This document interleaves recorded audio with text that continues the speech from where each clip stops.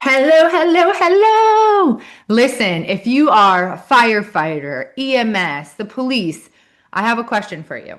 Who's chasing your health while you're chasing the threats? Okay? Who?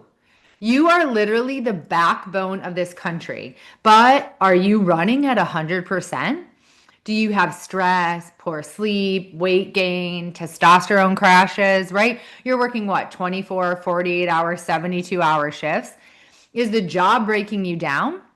Or are you fighting back smarter, right? Are you optimizing your health? Are you building longevity? We're talking labs, hormone optimization, red light therapy, IV drips, peptide protocols.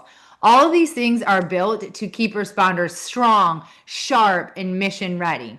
It's about living longer, but it's also about living smarter, right? Having that edge on that job, keeping that mind sharp and crisp. Are you doing that? If you're not, let us optimize your health.